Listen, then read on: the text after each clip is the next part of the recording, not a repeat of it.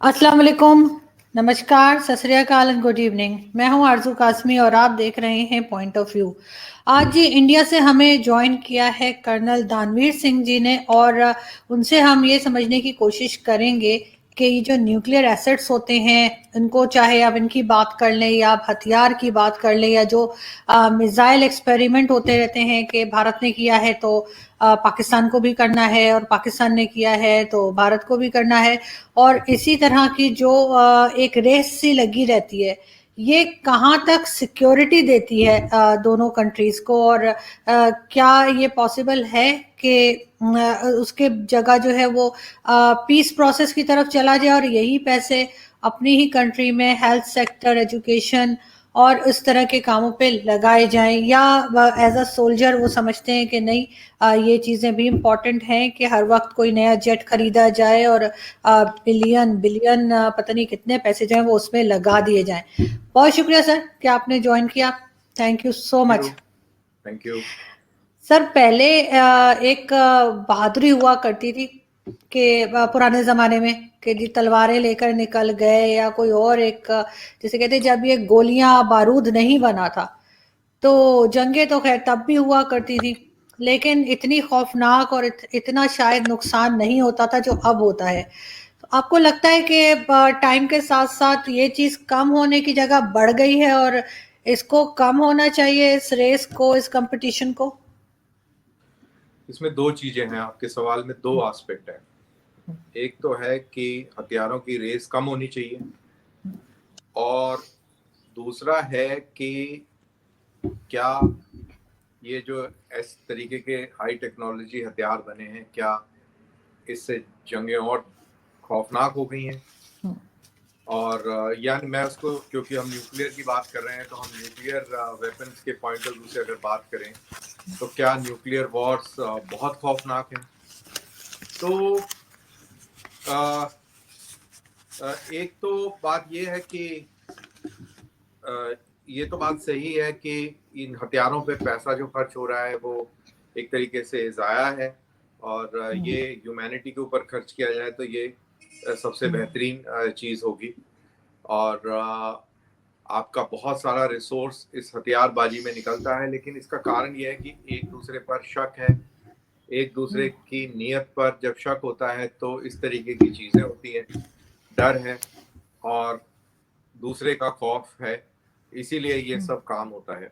अब आपके लिए तो सिर्फ हिंदुस्तान ही है, और हमारे लिए तो एक चाइना भी है और पाकिस्तान भी है, और इन दोनों का जो एक्सेस है इसके साथ मुकाबला करने के लिए अनफॉर्चुनेटली हमको इतना पैसा खर्च करना पड़ता है।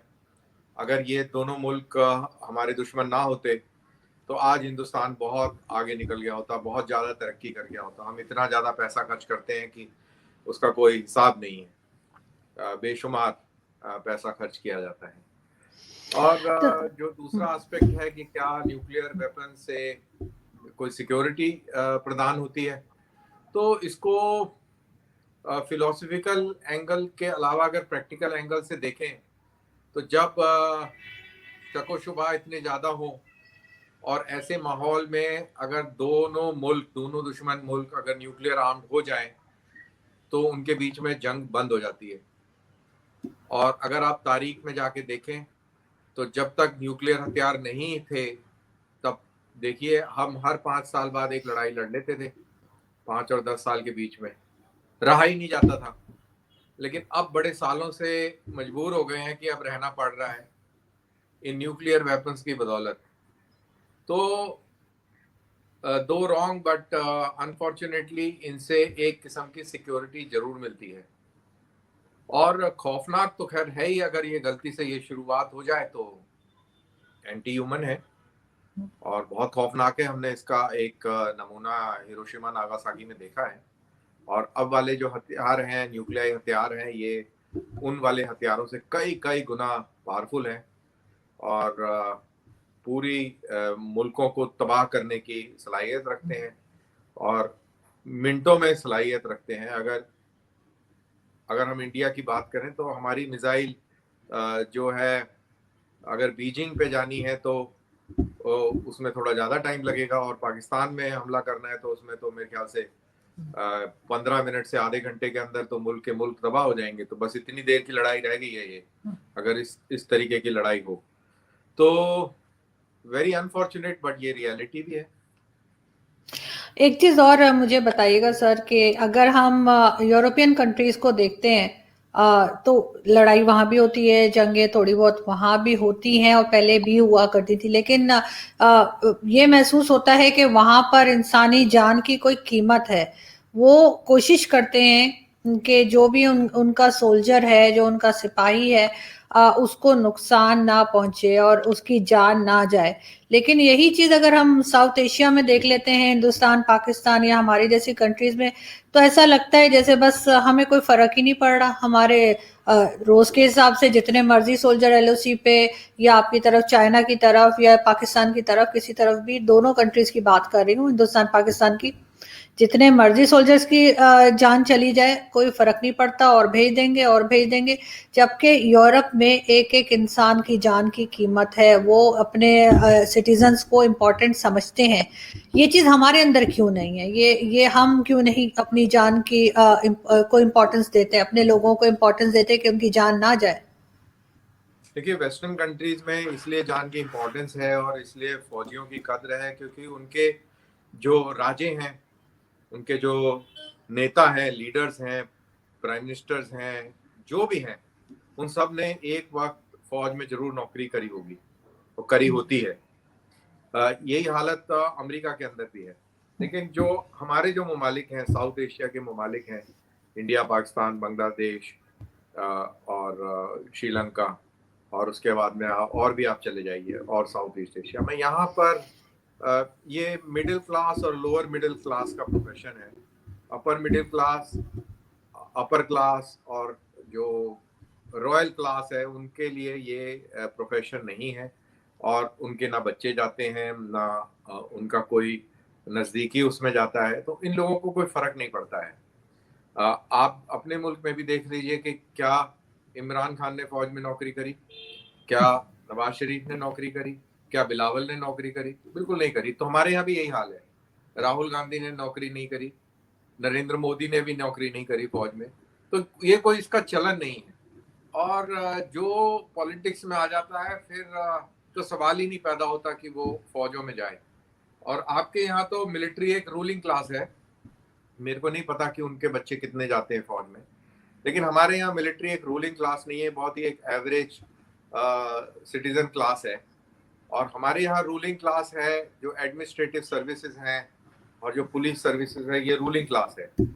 तो इनके बच्चे भी बहुत ही रेयर केस में, बहुत ही रेयर केस में होगा कि वो फौज में जाए। फौज में कोई नहीं जाता है। फौज में बिल्कुल middle class, lower middle class और लोअर क्लास के लोग जो हैं फौज में जाते हैं। तो वो मरते रहें, वो जाते रहें, उनसे कोई फर्क नहीं पड़ता है। जो डिसीजन मेकर्स हैं और जो पॉलिटिशियंस हैं, उनको कोई फर्क नहीं पड़ रहा है। चल रहा है, चलने दो। मरना है मरते रहो, तनख्वाह मिल रही है। मर जाओगे तो आपको कंपनसेशन मिल जाएगा, तो पैसे मिल रहे हैं ना। तो फिर आप क्यों घबरा रहे हैं? कोई टेंशन नहीं है। सर, इतनी चीजें हम जो है यूरोप से और अमेरिका की फॉलो करते हैं, और चाहे वो हमारे बस में ना हो, हम फिर भी उनको कॉपी करने की कोशिश करते हैं। तो इस चीज में क्यों नहीं हम उनसे कुछ सीखते? अब यहाँ तक अमेरिका के लिए तो ये भी कहा जाता है कि उसने कभी कोई जंग अपनी जमीन पे नहीं लड़ी। जब अफगानिस्तान से लड़ना था तो पाकिस्तान को इस्तेमाल किया, और अब ये कहा जाता है कि अब चाइना से लड़ना है तो हिंदुस्तान को यूज कर रहा है कि ताकि वो चाइना को दबा सके। अब इसमें ऐसी कोई बात मेरे माइंड में नहीं है कि आप ये सोचेंगे शायद हमारे चाइना से टर्म्स अच्छे हैं, मैं इसलिए ये बात कर रही हूँ। लेकिन फिर भी उनके यहाँ हमने जंगें बहुत कम होती हुई देखी हैं, और अगर होती भी हैं तो वो किसी और जगह जाके, जैसे कहना चाहिए कि लड़ रहे होते हैं अपनी जंग। तो उनसे हम हर बात तो सीखते हैं, हम ये क्यों नहीं सीखते कि अपने लोगों की जान को बचाया जाए? चाहे हमारे यहाँ हमारे लीडर्स जो हैं या हमारे पॉलिटिशियन ना गए हों फौज में, लेकिन जो फौजी जाते हैं, चाहे वो हिंदुस्तान के हों या पाकिस्तान के हैं, तो वो भी सिटीजन ही ना, उन्हीं कंट्रीज के और इंसान है। तो हम उस चीज को अडॉप्ट क्यों नहीं कर लेते? नहीं, आप बिल्कुल सही कह रही हैं। और जहां तक आपका सवाल है, जैसा आपने कहा कि आप ये मत समझिए कि मैं पाकिस्तान की हूँ और हमारे टर्म्स चाइना से अच्छे हैं, तो वो कोई इशू नहीं है। आप दुश्मन मुल्क से हैं और आप बिल्कुल, you have all the right to speak out your narrative, उसमें कोई इशू नहीं है। But as far as we are concerned, ये जो जियो स्ट्रेटेजिक आपने जो क्वेश्चन पूछा है, इसका जवाब मैं आपको बड़े क्लियर कर दूं। अमेरिका चाहे कुछ भी सोच ले, अमेरिका चाहे कितनी भी कोशिश कर ले, और ऐसी बात नहीं कि अमेरिका ने पहले कोशिश नहीं करी है। अगर आप तारीख में जाएंगी तो 1955 में उसने कोशिश करी, 1962 के बाद उसने बहुत कोशिश करी कि हिंदुस्तान के को अपने गले लगा ले। हिंदुस्तान ने ऐसा कभी भी होने नहीं दिया, और इंडिया बड़ा क्लियर है, इंडिया कभी किसी को गले नहीं लगाता। इंडिया दोस्ती करेगा, इंडिया नजदीकियां बढ़ाएगा, लेकिन इंडिया कभी किसी को गले नहीं लगाएगा। उसका कारण ये है कि हम अपनी स्ट्रेटेजिक ऑटोनॉमी को कभी भी कॉम्प्रोमाइज नहीं कर सकते। 60s और 70s में हमने रशिया से दोस्ती करी, लेकिन गले नहीं लगाया। इसी तरह अभी अमेरिका के साथ हम दोस्ती कर रहे हैं, गले नहीं लगाएंगे, चाहे वो कितना भी प्रयास कर ले। तो ये हमारी कंट्री की एसेंस है, फितरत है, कि हम अपने आप को इंडिपेंडेंट रखना चाहते हैं किसी भी हालत में, और कोई मजबूरी ना पड़े कि हमें अमेरिका को गले लगाने की कोई मजबूरी आ जाए। इसीलिए अभी हमारे यहाँ पर रिसर्च और डेवलपमेंट जो वेपन्स का है वो बहुत जोर शोर से है, और कोशिश ये करी जा रही है कि हम अपने ही वेपन्स का इस्तेमाल करें, क्योंकि हमारी साइंटिफिक एस्टेब्लिशमेंट और कम्युनिटी बड़ी स्ट्रांग है, और उसको हम प्रोत्साहन दे रहे हैं, और उम्मीद है कि हम सेल्फ रिलायंट हो जाएंगे। So this is how it is as far as your doubt on India and America and the embrace is concerned. बिल्कुल ठीक, लेकिन कभी आपके यहाँ से किसी ने, आपके चाहे आपके स्कॉलर्स हों, चाहे आपके यहाँ के टीचर्स हों, चाहे पॉलिटिशियन हो, कभी किसी ने ये सोचा या ये बात की या इस बारे में लिखा कि हिंदुस्तान पाकिस्तान के झगड़े में फायदा किसका हो रहा है? हिंदुस्तान का भी कोई खास फायदा मुझे तो नजर नहीं आता, पाकिस्तान का भी नजर नहीं आता, लेकिन उनका है जो आपको और हमें हथियार बेच रहे हैं, उन कंट्रीज का है। देखिए, एज फार एज इंडिया और पाकिस्तान का सवाल है, फायदा तो बिल्कुल किसी भी हालत में नहीं हो रहा, और हमारा भी नुकसान हो रहा है, लेकिन हम इस बात से मुतमईन है कि आपका ज्यादा हो रहा है। तो ये साउथ एशियन फितरत है कि मेरा घर थोड़ा जल जाए कोई बात नहीं, लेकिन पड़ोसी का पूरा जल जाना चाहिए। तो हम बिल्कुल अपने डीएनए पे खरे उतर रहे हैं, और पूरी दुनिया को बता रहे हैं कि हम पक्के साउथ एशियन हैं, और हम मिसालें कायम कर रहे हैं, इसमें तो कोई शक नहीं है। चलिए, ये तो लाइटर वे में बात हो गई, बट हमारा ये मानना है कि अगर पाकिस्तान जब अलहदा हो गया तो उसको इंडिया से बिल्कुल हट जाना चाहिए था। वो जो उसने कार्रवाई जो कश्मीर में करनी शुरू करी और एक तरफा उसको कब्जा करने की कोशिश करी कबायली भेज के, और बारामूला के अंदर जिस तरीके से कितनी सारी औरतों का रेप हुआ, लोग मारे गए, तो वहां से जो खेल जो बिगड़ा है वो आज तक बिगड़ा हुआ है। और अगर ये ऐसा ना हुआ होता और पाकिस्तान अपने रास्ते चल गया होता तो मेरे ख्याल से हमारे यहाँ पे कोई इस चीज को बॉदर नहीं करता। लेकिन अनफॉर्चुनेटली जब शुरू हुआ पूरा खेल, तभी से गड़बड़ है और तभी से शक है, और that is how it is. नहीं, आपकी बात ठीक है, बिल्कुल आप सही कह रहे हैं, लेकिन अगेन वही मेरा जो क्वेश्चन था उसका एक हिस्सा आपने नहीं बताया कि आपको लगता है कि कोई थर्ड पार्टी या थर्ड पावर या थर्ड कंट्री जिनसे हम हथियार खरीदते हैं, हम और आपको लगता है कि वो भी यही चाहते हैं कि ये टेंशन बनी रहे ताकि उनका बिजनेस चलता रहे? ऑब्वियसली, इसमें क्या डाउट है? ये तो है ही है, ये तो बिल्कुल, ये तो एब्सोल्यूट क्लियर है। एंड इंसिडेंटली एक ये भी थ्योरी है कि ट्रंप को हटाने के लिए यही कारण था, यही जो आप बता रही हैं, जो आर्म्स लॉबीज थी वो बहुत परेशान थी, क्योंकि ट्रंप जब तक अमेरिका में राष्ट्रपति थे, प्रेसिडेंट थे, उन्होंने एक भी जंग नहीं करी, उन्होंने सब जगह से फौजें हटाने की बात करी, और इससे उनकी खुद की इंडस्ट्री परेशान थी। कहते हैं कि उन्होंने जो लेफ्ट विंग मूवमेंट्स थे उनको ब्लैक लाइव मैटर और फलाना ढिमकाना और जो राइटिंग हुई वो that was funded by these people, arms lobby, interested people, और अभी बाइडेन साहब आए हैं और आते ही इन्होंने क्लैरिटी डाल दी है। तो अब आर्म्स जो कंपनी है वो बड़ी खुश है। तो जब ये चीज अमेरिका में उनके अपने लोग ऐसा कर सकते हैं अपने मुल्क के साथ, तो हम और आप क्या चीज है? हम और आप तो उनके बिल्कुल किसी हालत में सगे नहीं है। और वो क्यों ऐसा चाहेंगे कि हमारे बीच में अमन और अमान हो? और वो नहीं है, और उनकी दुकान चल रही है। और हमारे मुल्कों में भी कई लोगों की दुकानें चल रही हैं। ऐसा नहीं कि हमारे यहाँ नहीं चल रही, हमारे यहाँ भी खूब चल रही हैं। तो मजे हैं सबके। लेकिन सर एक चीज है कि जो नई गवर्नमेंट आई है यूएस की, उसके आने के फौरन बाद ही जो है वो हिंदुस्तान और पाकिस्तान ने एलओसी पे एग्रीमेंट कर लिया दोबारा, जो पहले भी हो चुका है, और उसके बाद फिर दोबारा अभी हुआ है कि जी फायरिंग नहीं होगी। और ये भी कहा जा रहा है कि उसमें यूएस गवर्नमेंट इन्वॉल्व है और उन्होंने प्रेशर डाला है दोनों कंट्रीज के ऊपर कि ऐसा करे। वरना उससे पहले तो आपको पता है कि किस तरह की स्टेटमेंट्स यहाँ से जाती थी और किस तरह की स्टेटमेंट्स वहां से आती थी। कोई किसी तरफ से दोनों का मूड नहीं लग रहा था कि वो पीसफुली बैठे। मैं तो इस बात को पूरी तरह मानता हूं कि ये अमेरिका ने एक प्रेशर जरूर वर्क किया है।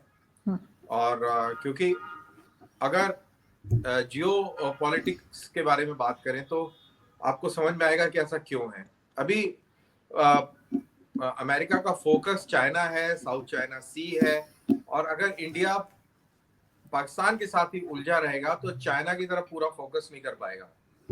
तो अमेरिका ने पाकिस्तान की तरफ प्रेशर डाला है और इंडिया को भी बोला है कि आप जो है इनके साथ में पीस करें और अपना ध्यान जरा इधर लगाएं।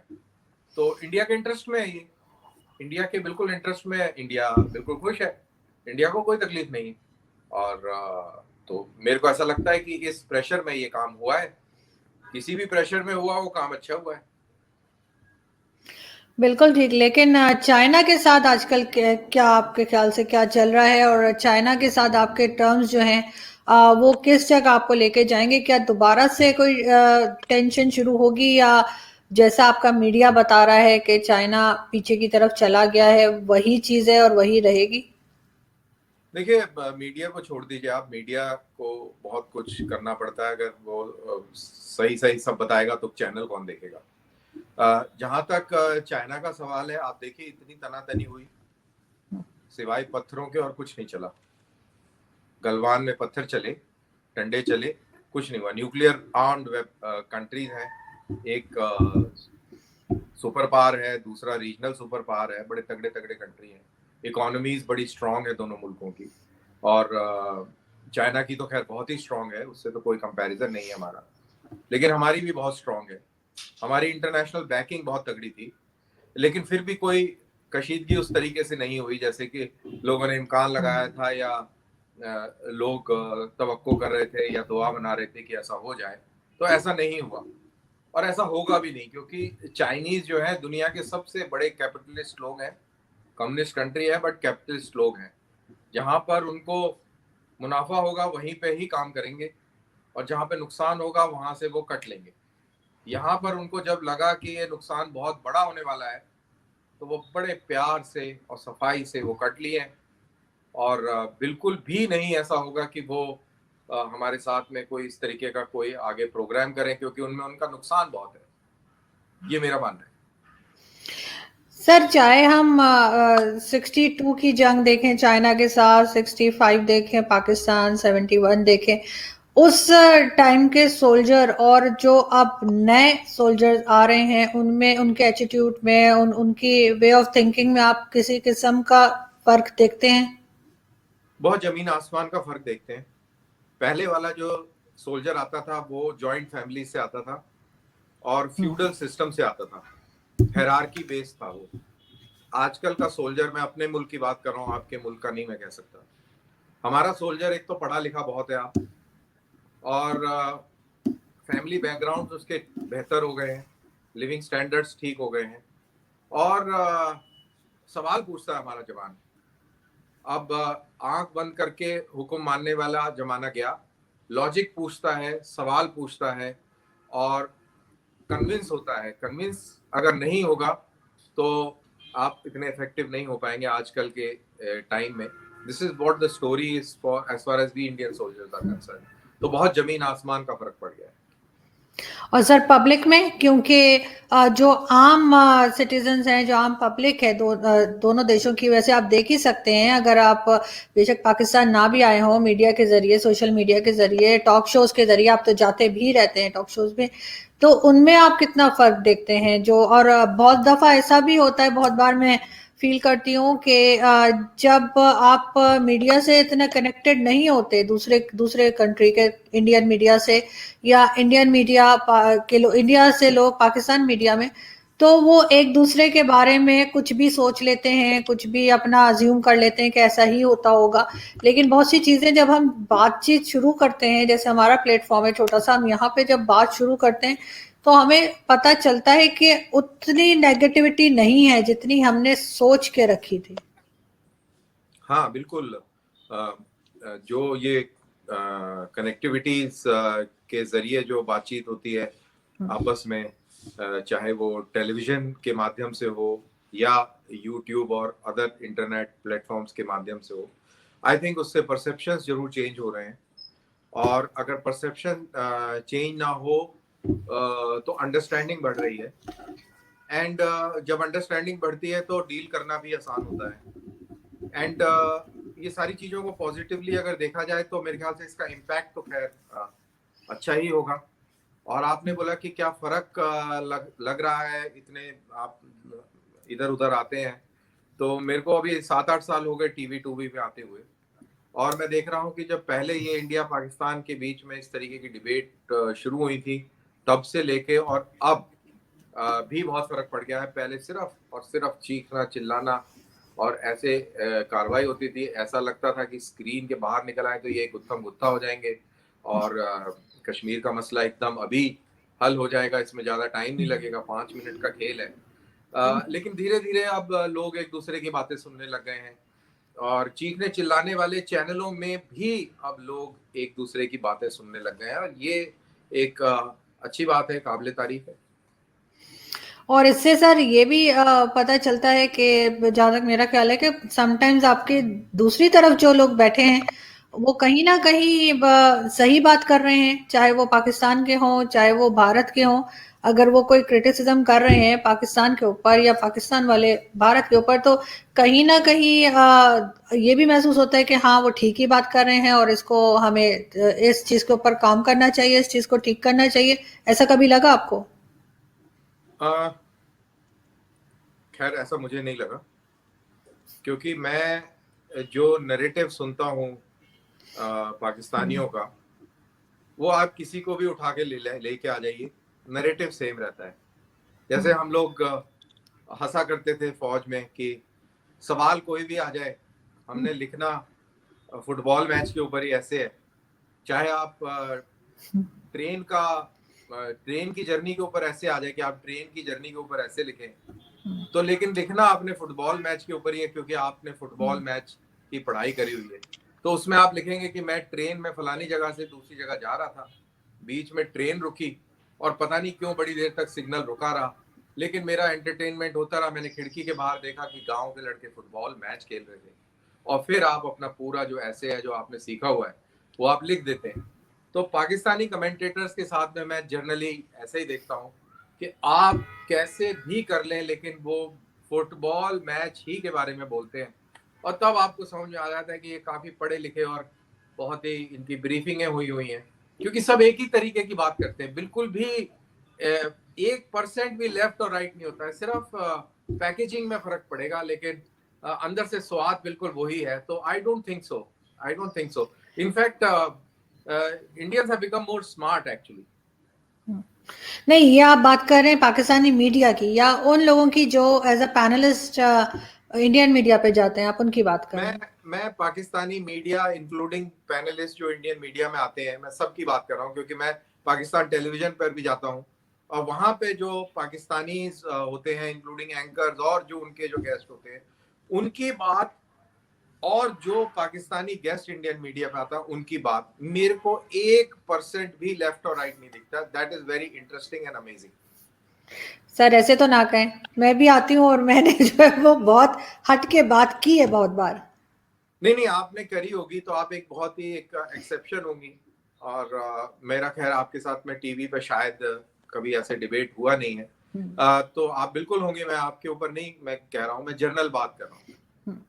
बिल्कुल ठीक। और आपको लगता है कि मीडिया कहीं ना कहीं रोल प्ले, क्योंकि आप खुद भी मीडिया में काम करते हैं, आपके शोज भी आते हैं, आपको लगता है मीडिया कहीं ना कहीं कोई ब्रिज बना सकता है दोनों कंट्रीज के बीच में, टेंशन को कम कर सकता है? वैसे अभी तक तो सिर्फ बढ़ा ही रहा है।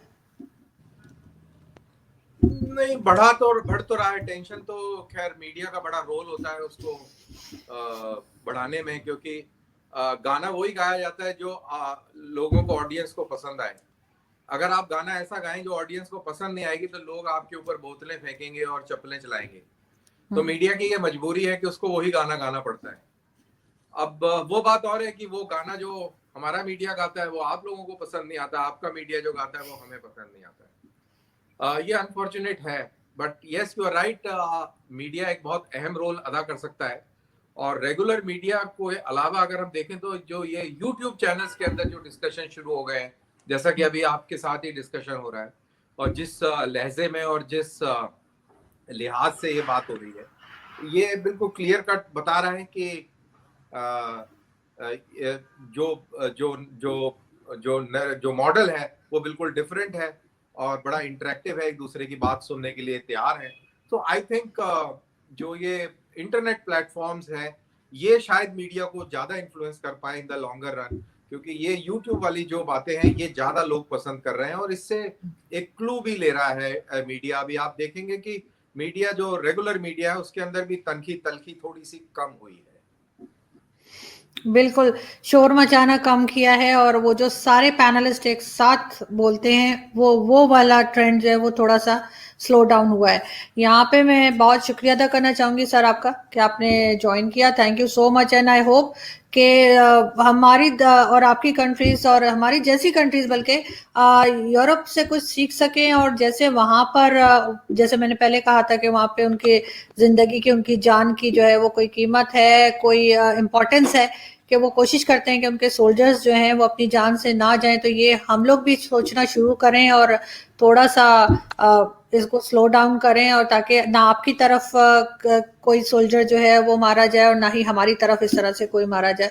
तो वो सब चीजें जो है वो हम बात शुरू करेंगे तो कहीं ना कहीं जाकर शायद इसके ऊपर लोग काम करना भी शुरू कर दें। Thank you so much. Pleasure talking to you. Thank you. Thank you sir.